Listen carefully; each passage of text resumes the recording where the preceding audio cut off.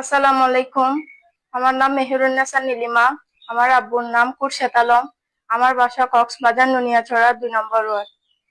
আমি আজকে 2 বছর ধরে একটা ছেলের সাথে সম্পর্ক করছি। ছেলেটার নাম মোহাম্মদ আয়াতুল্লাহ। তার বাসা হচ্ছে মহেশখালী দক্ষিণ গুনাপাড়া। তার আব্বুর নাম মোহাম্মদ রমিস মিয়া। আমাদের 2 বছরের সম্পর্ক। আমরা একজন আরেকজনকে অনেক পছন্দ করি এবং ভালোবাসি। আমাকে জোর করে আমার বাসায় বিয়ে দেওয়ার কারণে আমি ওর সাথে পালিয়ে আসছি। ও আমাকে নিজের ইচ্ছে আনি নাই, আমি জোর করে আসছি। আমি ওকে বলছি, তুমি যদি আমাকে না নিয়ে যাও আমি মরে যাব, সুসাইড করবো, এরকম বলছি। এ নিয়ে যদি আমার ফ্যামিলিতে আমার শ্বশুর বাড়ির লোকদেরকে যদি হয়রানি করা হয়, আমি তখন আমার বাপ মাকে আমি চিনি না।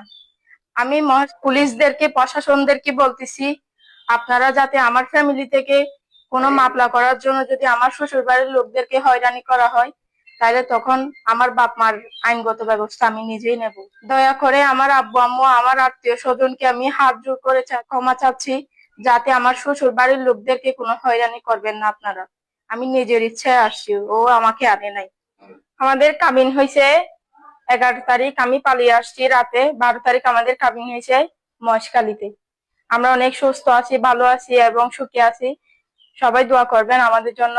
আমার ফ্যামিলির কোনো টেনশন করার দরকার নেই। আর নাম মোহাম্মদ আয়াতুল্লাহ। আর আব্বার নাম মোহাম্মদ রমিস। আর বাড়ি মহেশখালী পৌরসভা 5 নম্বর ওয়ার্ড, দক্ষিণ গুনাপাড়া। আর আর সম্পর্কে আজ 2 বছর যাবত ধরি। আর একজনের অনেক বেশি ভালোবাসি। ওর পরিবার ওর জোর করি বিয়েটার দিন আর ইনফরমেশন দেওয়ার পরে ও আর হতো না, যদি আর নয়জনকে দেয় তাহলে আমি আত্মহত্যা করছি এবং অন্তত যে করতে তো শীঘ্রই কারণ আর লইজনকে হইয়ার ওর হলে এরা আই গই। ওরা এখনো জোর জবস্ত না করে উনি যে হয়েছে আর হয়ে আইন উনি যে হয়েছে ওর এসেছি। ওর 10 লাখ টাকা হামিন দিই, 5 লাখ বাকি 5 লাখ নগদ। ওর আই প্রশাসন আছে। আর যদি আর ফ্যামিলি যদি প্রশাসন হাতে কিছু যদি মানে আর ফ্যামিলিটা কিছু করতে তাহলে আছে আই রেজিস্টার ঘোষণ করে আই এখন ওর জবরদস্ত কিন্তু আনি এবং আরো দুজনে প্রাপ্তবয়স্ক। আর দুজনে নিজের বিয়ে বলে সিদ্ধান্ত নেই। আসসালামু আলাইকুম।